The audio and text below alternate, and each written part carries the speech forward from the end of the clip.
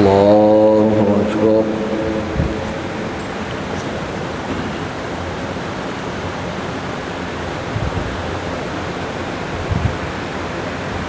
بسم الله الرحمن الرحيم. الحمد لله رب العالمين الرحمن الرحيم مالك يوم الدين إياك نعبد وإياك نستعين اهدنا الصراط المستقيم صراط الذين أنعمت عليهم غير المغضوب عليهم ولا الضالين آمين. وإذا سمعوا ما أنزل إلى الرسول ترى أعينهم تفيض من الدمع مما عرفوا من الحق يقولون ربنا آمنا فاكتبنا مع الشاهدين. وما لنا لا نؤمن بالله وما جاءنا من الحق ونطمع أن يدخلنا ربنا مع القوم الصالحين فأثابهم الله بما قالوا جنات تجري من تحتها الأنهار خالدين فيها وذلك جزاء المحسنين. والذين كفروا وكذبوا بآياتنا أولئك أصحاب الجحيم. يا أيها الذين آمنوا لا تحرموا طيبات ما أحل الله لكم ولا تعتدوا إن الله لا يحب المعتدين. وكلوا مما رزقكم الله حلالا طيبا واتقوا الله الذي أنتم به مؤمنون. لا يؤاخذكم الله باللغو في أيمانكم ولكن يؤاخذكم بما عقدتم الأيمان فكفارته إطعام 10 مساكين من أوسط ما تطعمون أهليكم أو كسوتهم أو تحرير رقبة فمن لم يجد فصيام 3 أيام ذلك كفارة أيمانكم إذا حلفتم واحفظوا أيمانكم كذلك يبين الله لكم آياته لعلكم تشكرون. يا أيها الذين آمنوا إنما الخمر والميسر والأنصاب والأزلام رجس من عمل الشيطان فاجتنبوه لعلكم تفلحون. إنما يريد الشيطان أن يوقع بينكم العداوة والبغضاء في الخمر والميسر ويصدكم عن ذكر الله وعن الصلاة فهل أنتم منكرون. وأطيعوا الله وأطيعوا الرسول واحذروا فإن توليتم فاعلموا أنما على رسولنا البلاغ المبين.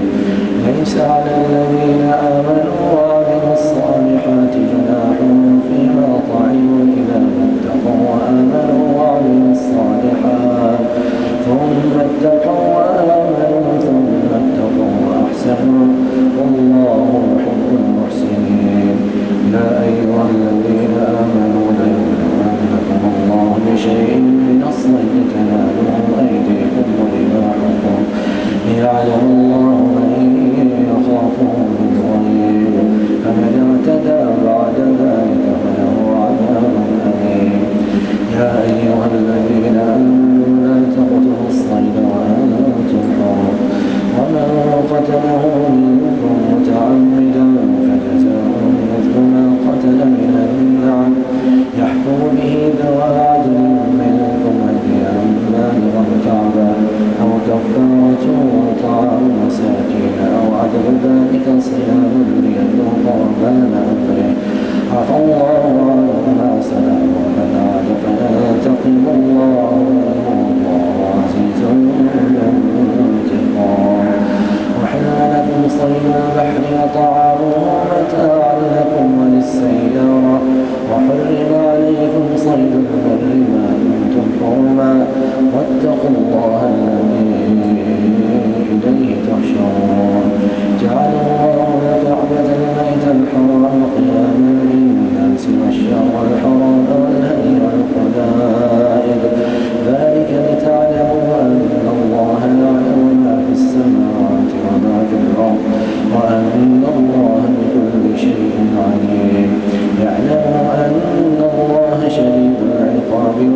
إن الله غفور رحيم. ما على الرسول إلا البلاغ والله يعلم ما تبدون وما تكتمون. قل لا يستوي الخبيث والطيب ولو أعجبك كثرة الخبيث فاتقوا الله يا أولي الألباب لعلكم تفلحون.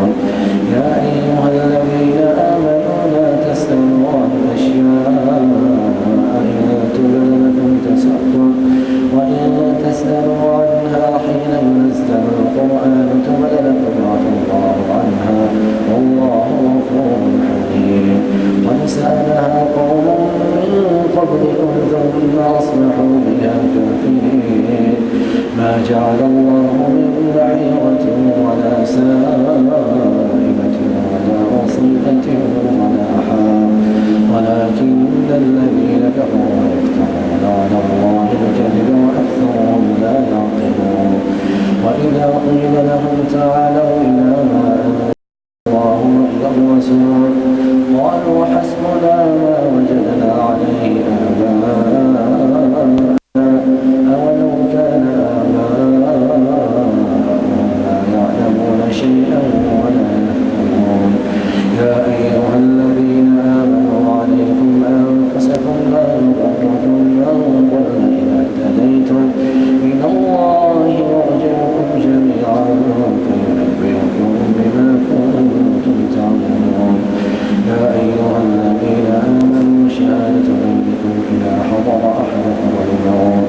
حين الوصية اثنان ذوى عدل منكم أو آخران من غيركم إن أنتم ضربتم في الأرض فأصابتكم مصيبة الموت تحبسونهما من بعد الصلاة فيقسمان بالله إن ارتبتم لا نشتري به ثمنا ولو كان ذا قربى ولا نكتم شهادة الله إنا إذا لمن الآثمين. فإن عثر على أنهما استحقا إثما فآخران يقومان مقامهما من الذين استحق عليهم الأوليان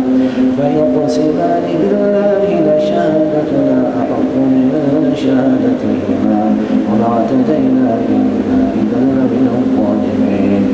ذلك أدنى أن يأتوا بالشهادة على وجهها أو يخافوا أن ترد أيمانهم بعد أيمانهم واتقوا الله واسمعوا والله لا يهدي القوم الفاسقين. يوم يجمع الله الرسل فيقول ماذا أجبتم قالوا لا علم لنا إنك أنت علام الغيوب. إذ قال الله يا عيسى ابن مريم اذكر نعمتي عليك وعلى والدتك إذ أيدتك بروح القدس تكلم الناس بالمهد وكهلا وإذ علمتك الكتاب والحكمة والتوراة والإنجيل وإذ تخلق من الطين كهيئة الطير بإذني فتنفخ فيها فتكون طيرا بإذني وتبرئ الأكمه والأبرص بإذني وإذ تخرج الموتى بإذني وإذ كففت بني إسرائيل عنك إذ جئتهم بالبينات فقال الذين كفروا منهم إن هذا إلا سحر مبين. وإذ أوحيت إلى الحواريين أن آمنوا بي وبرسولي قالوا آمنا واشهد بأننا مسلمون. إذ قال الحواريون يا عيسى ابن مريم هل يستطيع ربك أن ينزل علينا مائدة من السماء قال اتقوا الله إن كنتم مؤمنين. قالوا نريد أن نأكل منها وتطمئن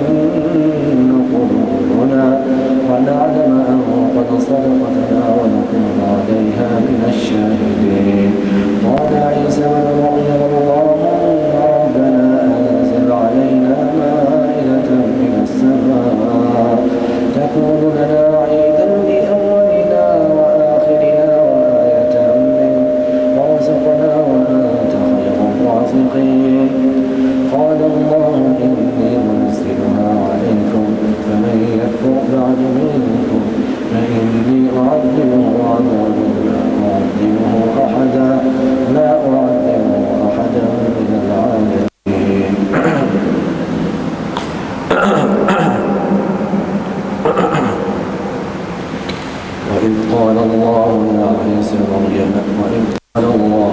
عيسى ابن مريم أأنت قلت للناس اتخذوني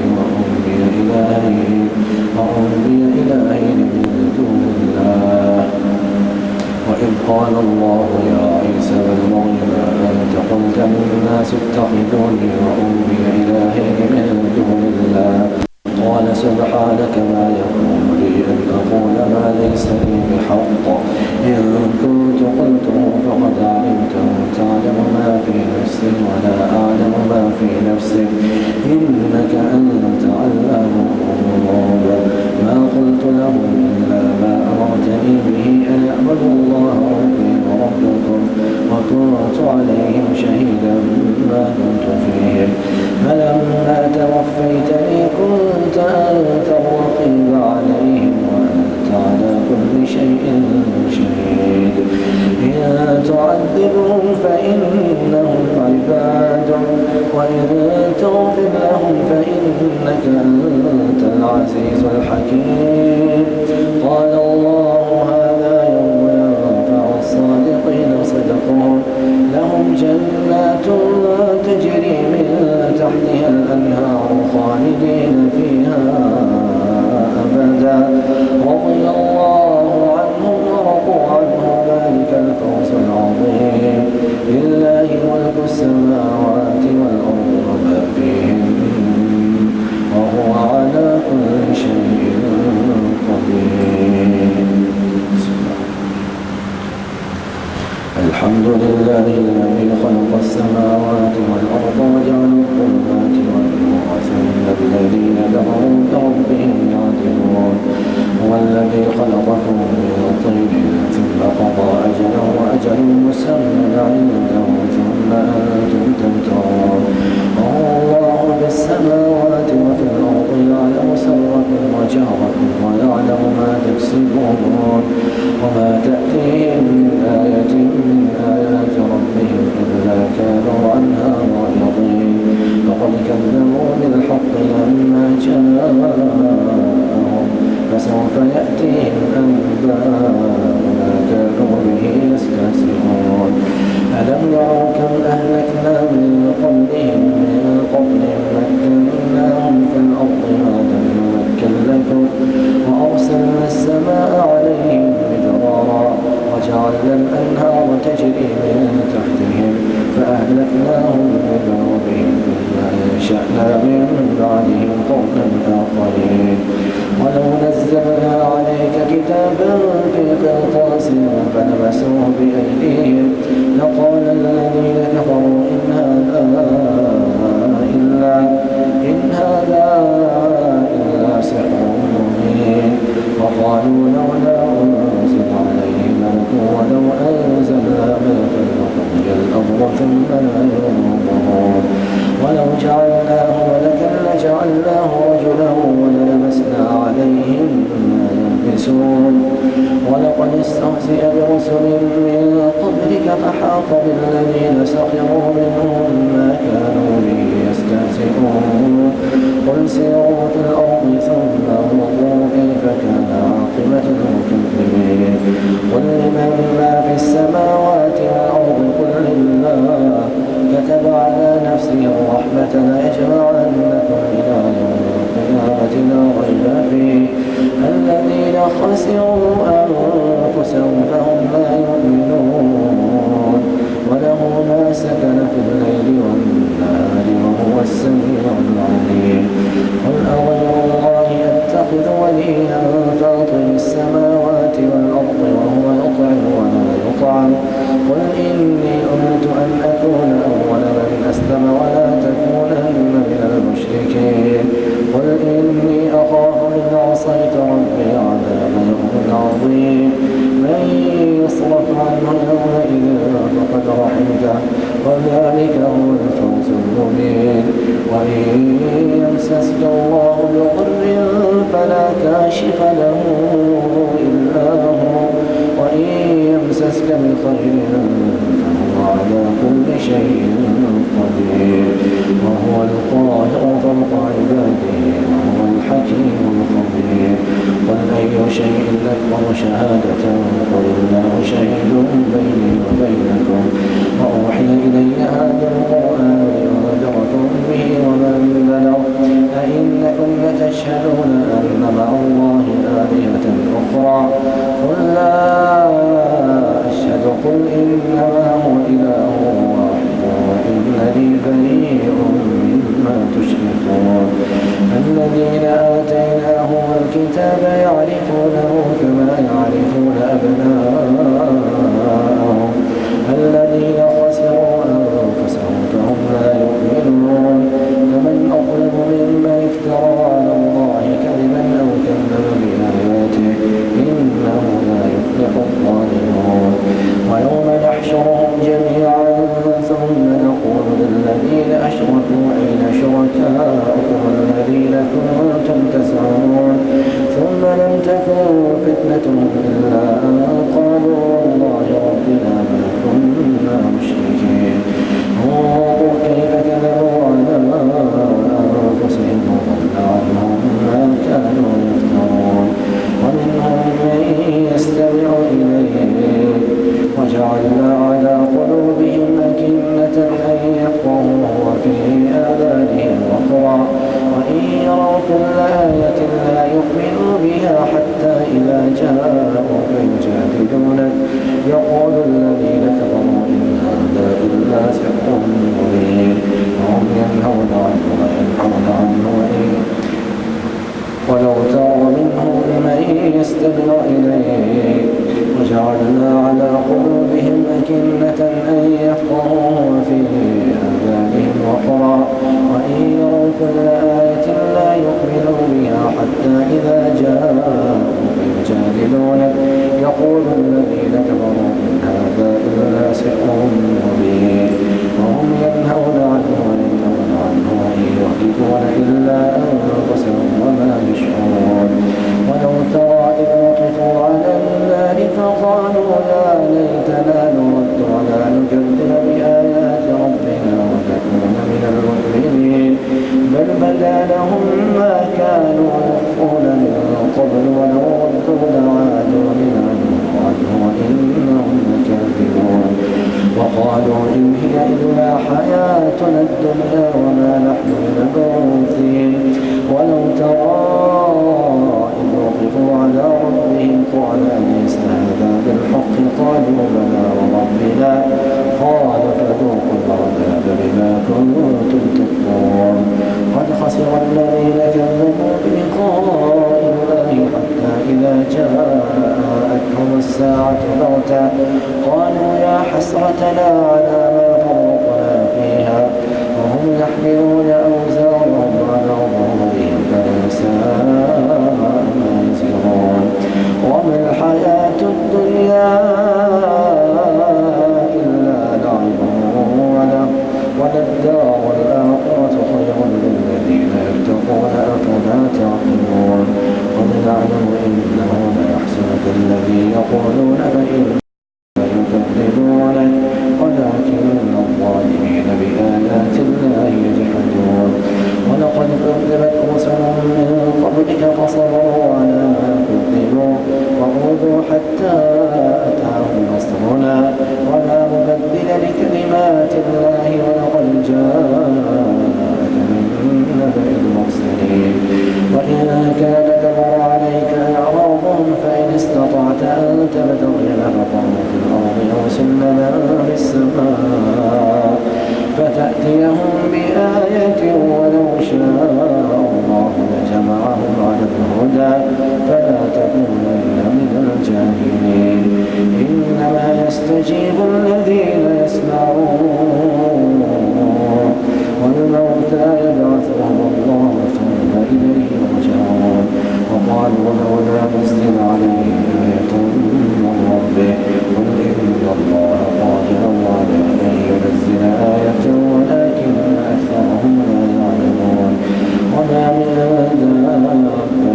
في الأرض ولا طائر يطير بجناحيه إلا أمم أمثالكم ما فرطنا في الكتاب من شيء ثم إلى ربهم يحشرون والذين كذبوا بآياتنا صم وبكم في الظلمات من يشاء الله يضله ومن يشاء يجعله على صراط مستقيم قل أرأيتكم إن أتاكم عذاب الله أو أتتكم الساعة أغير الله تدعون إن كنتم صادقين بل إياه تدعون فيكشف ما تدعون إليه إن شاء تنسون ما تشركون ولقد أرسلنا إلى من قبلك فأخذناهم بالبأساء والضراء لعلهم يتضرعون فلولا إذ جاءهم بأسنا تضرعوا ولكن قست قلوبهم وزين لهم الشيطان ما كانوا يعملون فلما نسوا ما ذكروا به فتحنا عليهم أبواب كل شيء حتى إذا فرحوا بما أوتوا أخذناهم بغتة فإذا هم مبلسون فقطع دابر القوم الذين ظلموا والحمد لله رب العالمين قل أرأيتم إن أخذ الله سمعكم وأبصاركم وختم على قلوبكم من إله غير الله يأتيكم به انظر كيف نصرف الآيات ثم هم يصرفون قل أرأيتكم إن أتاكم عذاب الله بغتة أو جهرة هل يهلك إلا القوم الظالمون وما نرسل المرسلين إلا مبشرين ومنذرين فمن آمن وأصلح فلا خوف عليهم ولا هم يحزنون والذين كذبوا بآياتنا يمسهم العذاب بما كانوا يفسقون قل لا أقول لكم عندي خزائن الله ولا أعلم الغيب ولا أقول لكم إني ملك إن أتبع إلا ما يوحى إلي قل هل يستوي الأعمى والبصير أفلا تتفكرون وأنذر به الذين يخافون أن يحشروا إلى ربهم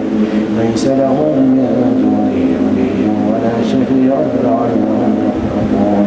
ولا تطرد الذين يدعون ربهم بالغداة والعشي يريدون وجهه ما عليك من حسابهم من شيء وما من حسابك عليهم من شيء فتطردهم فتكون من الظالمين. الله أكبر.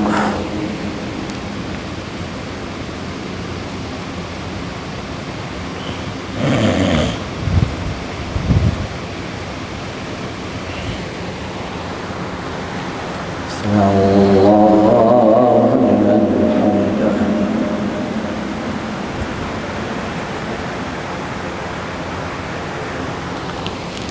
الله أكبر. سبحان الله.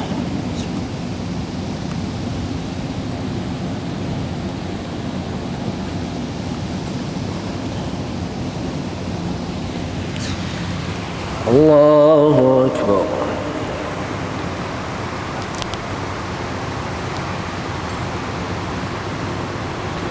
الله أكبر.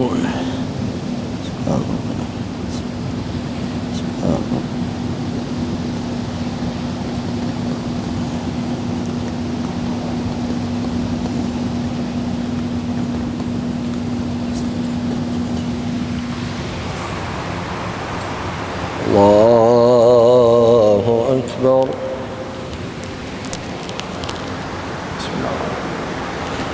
الحمد لله رب العالمين الرحمن الرحيم مالك يوم الدين إياك نعبد وإياك نستعين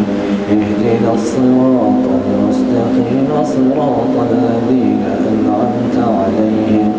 غير المغضوب عليهم ولا الضالين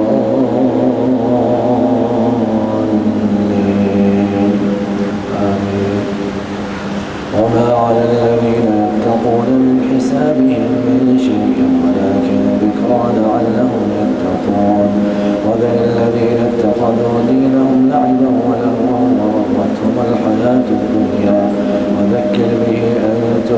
نفس بما كسبت ليس لها من دون الله ولي ولا شفيع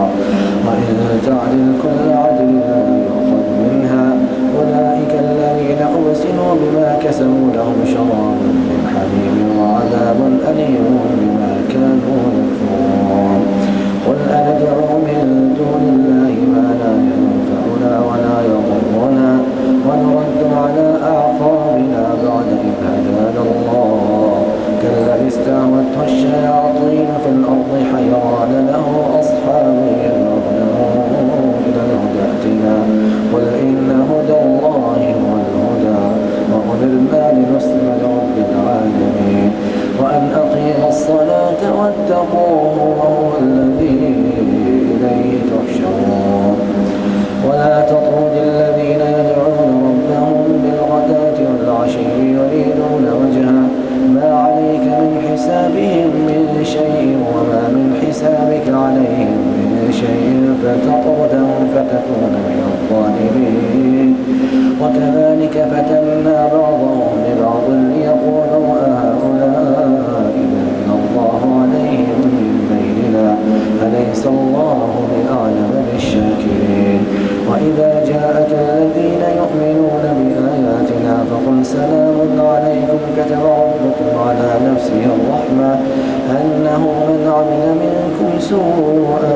بجهالة ثم تاب من بعده وأصلح فأنه غفور رحيم وكذلك نفصل الآيات ولتستبين سبيل المجرمين قل إني نهيت أن أعبد الذين تدعون من دون الله قل لا أتبع أهواءكم قد ضللت إذا وما أنا من المهتدين قل إني على بينة من ربي وكذبتم به ما عندي ما تستعجلون به إن الحكم إلا لله يقص الحق وهو خير الفاصلين قل لو أن عندي ما تستعجلون به لقضي الأمر بيني وبينكم والله أعلم بالظالمين وعنده مفاتح الغيب لا يعلمها إلا هو ويعلم ما في البر والبحر وما تسقط من ورقة إلا يعلمها ولا حبة في ظلمات الأرض ولا رطب ولا يابس إلا في كتاب مبين وهو الذي يتوفاكم بالليل ويعلم ما جرحتم بالنهار ثم يبعثكم فيه ليقضى أجل مسمى ثم إليه مرجعكم ثم ينبئكم بما كنتم تعملون وهو القاهر فوق عباده ويرسل عليكم حفظا حتى إذا جاء أحدكم الموت توفته رسلنا وهم لا يفرطون ثم ردوا إلى الله مولاهم الحق ألا له الحكم وهو أسرع الحاسبين قل من ينجيكم من ظلمات البر والبحر تدعونه تضرعا وخفيا لئن أنجانا من هذه لنكونن من الشاكرين قل الله ينجيكم منها ومن كل كرب ثم أنتم تشركون قل هو القادر على أن يبعث عليكم عذابا من فوقكم أو من تحت أرجلكم أو يلبسكم شيعا ويذيق بعضكم بأس بعض انظر كيف نصرف الآيات لعلهم يفقهون وكذب به قومك وهو الحق قل لست عليكم بوكيل لكل نبأ مستقر وسوف تعلمون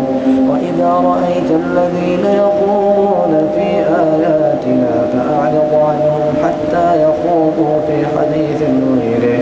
وإما ينسينك الشيطان فلا تقعد بعد الذكرى مع القوم الظالمين وما على الذين يتقون من حسابهم من شيء ولكن ذكرى لعلهم يتقون وذل الذين اتخذوا دينهم لعبا ولهوا وغرتهم الحياة الدنيا وذكر به أن تبسل نفسهم بما كسبت ليس لها من دون الله ولي ولا ولا شفيع وإن تعدل كل عدل لا يؤخذ منها أولئك الذين أبسلوا بما كسبوا لهم شراب من حميم وعذاب أليم بما كانوا يكفرون قل أندعو من دون الله ما لا ينفعنا ولا يضرنا ونرد على أعقابنا بعد إذ هدانا الله كالذي استعوته الشياطين في الأرض حيران له أصحاب يدعونه إلى الهدى ائتنا قل إن هدى الله هو الهدى وأمرت أن أسلم لرب العالمين وأن أقيموا الصلاة واتقوه وهو الذي إليه تحشرون وهو الذي خلق السماوات والأرض بالحق ويوم يقول كن فيكون قوله الحق وله الملك يوم ينفخ في الصور عالم الغيب والشهادة وهو الحكيم الخبير قال إبراهيم لأبيه آزر أتتخذ أصناما آلهة إني أراك وقومك في ضلال مبين وكذلك نري إبراهيم ملكوت السماوات والأرض وليكون من الموقنين فلما جن عليه الليل رأى كوكبا قال هذا ربي فلما أفل قال لا أحب الآفلين فلما رأى القمر بازغا قال هذا ربي فلما أفل قال لئن لم يهدني ربي لأكونن من القوم الضالين فلما رأى الشمس بازغة قال هذا ربي هذا أكبر فلما أفلت قال يا قوم إني بريء مما تشركون إني وجهت وجهي للذي فطر السماوات والأرض حنيفا وما أنا من المشركين وحاجه قومه قال أتحاجوني في الله وقد هدان ولا أخاف ما تشركون به إلا أن يشاء ربي شيئا وسع ربي كل شيء علما أفلا تتذكرون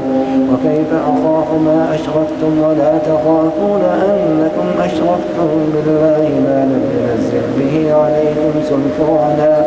فأي الفريقين أحق بالأمن إن كنتم تعلمون الذين آمنوا ولم يلبسوا إيمانهم بظلم أولئك لهم الأمن وهم مهتدون وتلك حجتنا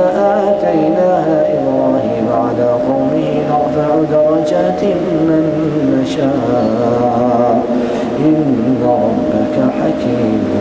عليم الله أكبر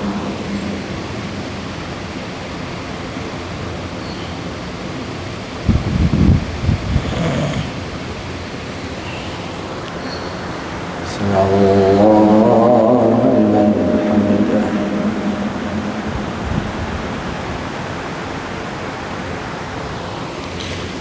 الله أكبر سبحان ربنا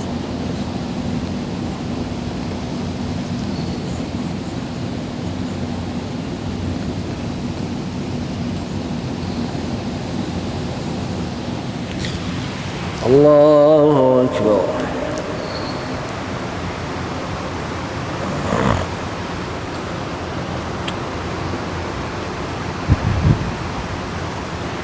الله أكبر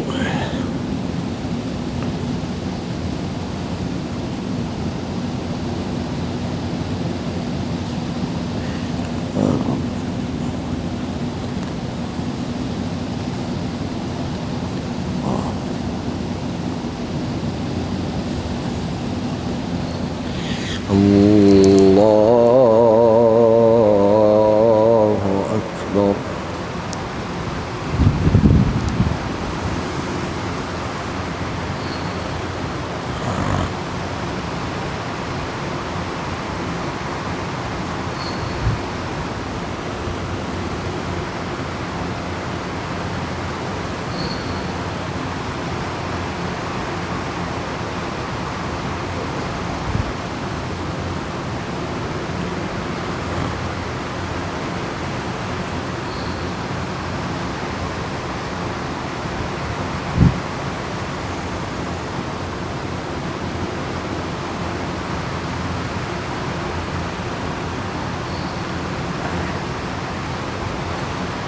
السلام عليكم ورحمة الله. السلام عليكم ورحمة الله.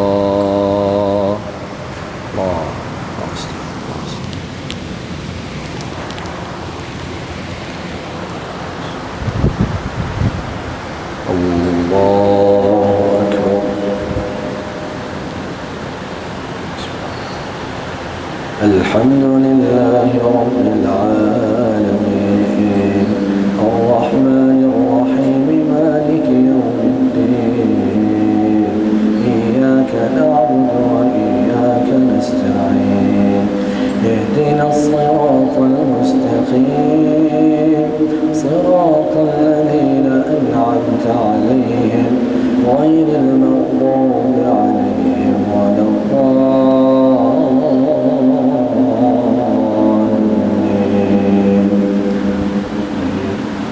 ووهبنا له إسحاق ويعقوب كلا هدينا ونوحا هدينا من قبل ومن ذريته داود وسليمان وأيوب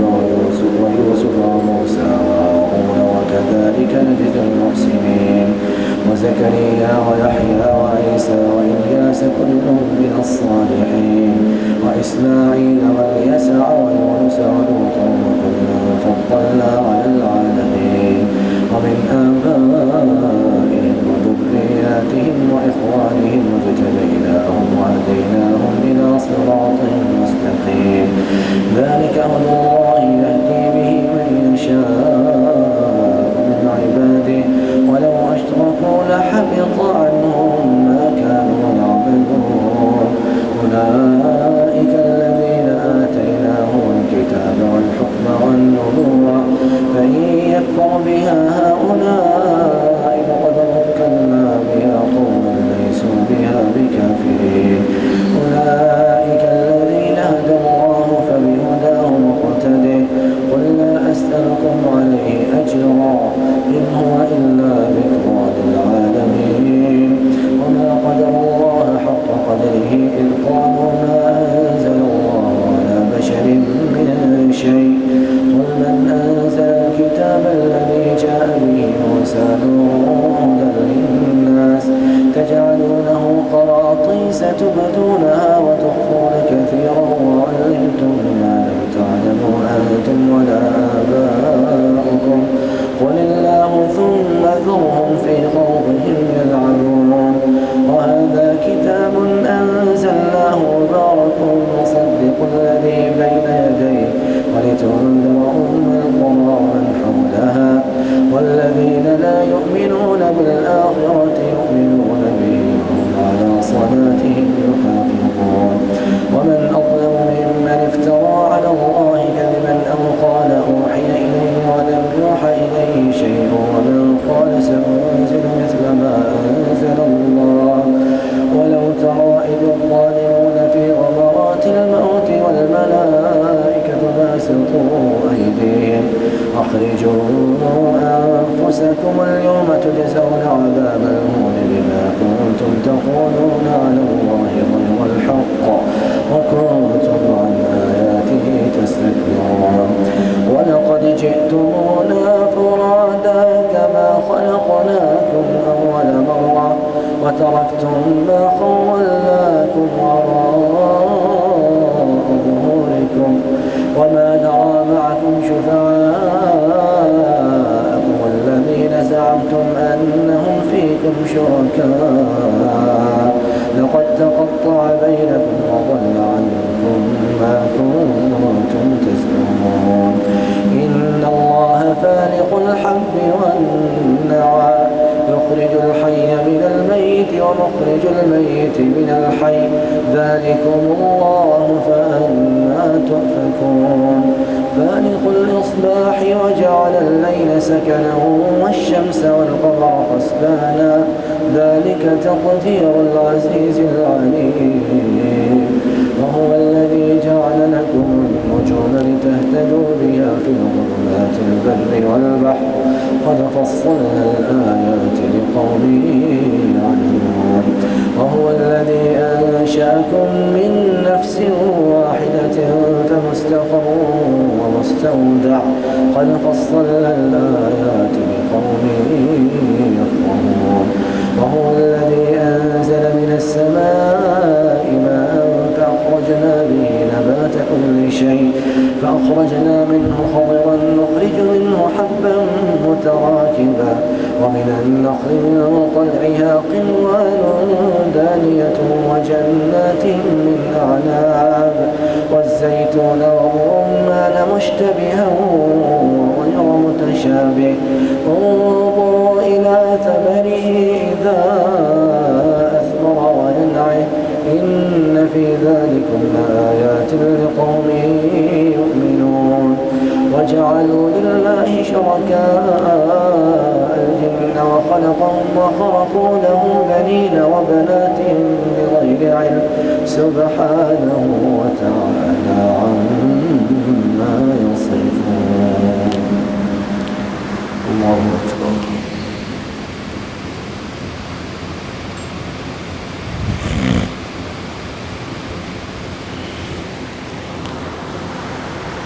سمع الله لمن حمده.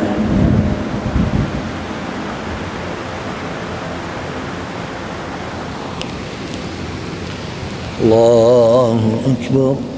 سبحان ربنا.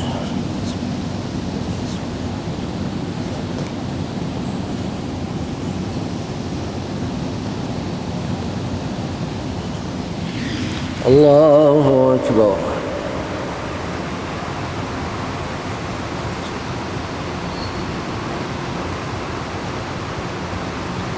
الله أكبر. سبحان ربنا. سبحان ربنا.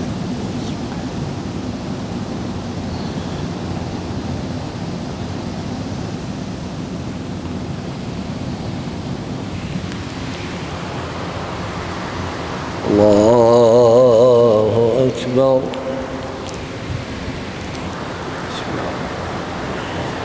الحمد لله رب العالمين الرحمن الرحيم مالك يوم الدين إياك نعبد وإياك نستعين اهدنا الصراط المستقيم صراط الذين أنعمت عليهم غير المغضوب عليهم ولا الضالين.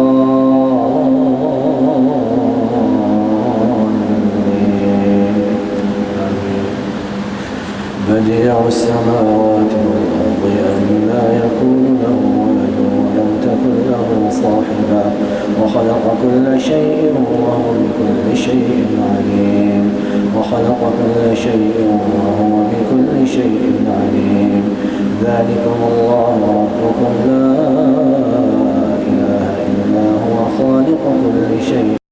فاعبدوه وهو على كل شيء وكيل. لا تدركه الأبصار وهو يدرك الأبصار وهو اللطيف الخبير. قد جاءكم بصائر من ربكم فمن أبصر فلنفسه ومن عمل فعليها وما أنا عليكم بحفيظ. وكذلك نصرف الآيات وليقولوا درست ولنبينه لقوم يعلمون. اتبع ما أوحي إليك من ربك لا إله إلا هو وأعرض عن المشركين. ولو شاء الله ما أشركوا وما جعلناك عليهم حفيظا وما أنت عليهم بوكيل. ولا تسبوا الذين يدعون من دون الله فيسبوا الله عدوا بغير علم كذلك زينا لكل أمة عملهم ثم إلى ربهم مرجعهم فينبئهم بما كانوا يعملون. وأقسموا بالله جهد أيمانهم لئن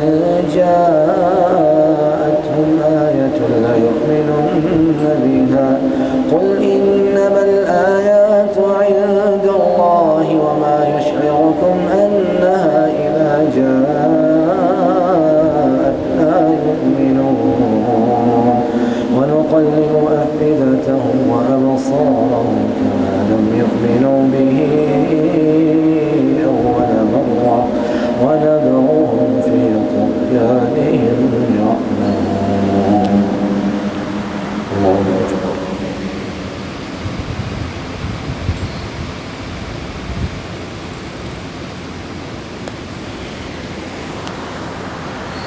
سمع الله لمن حمده.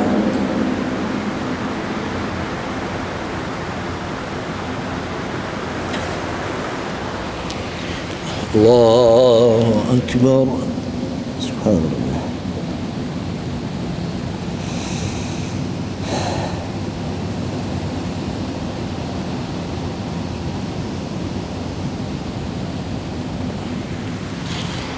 الله أكبر.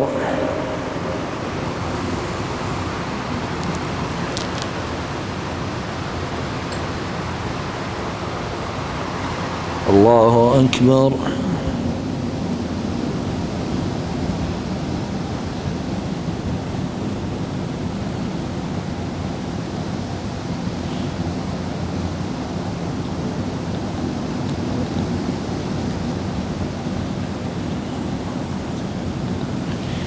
الله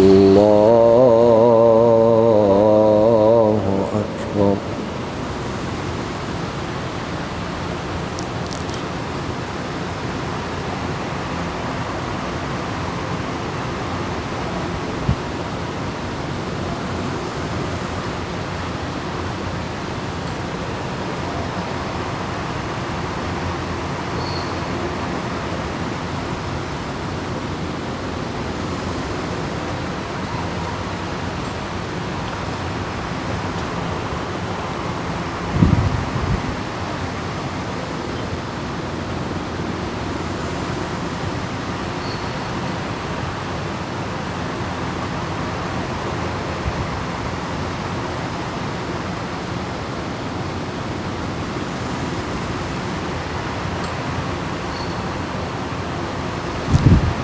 السلام عليكم ورحمة الله.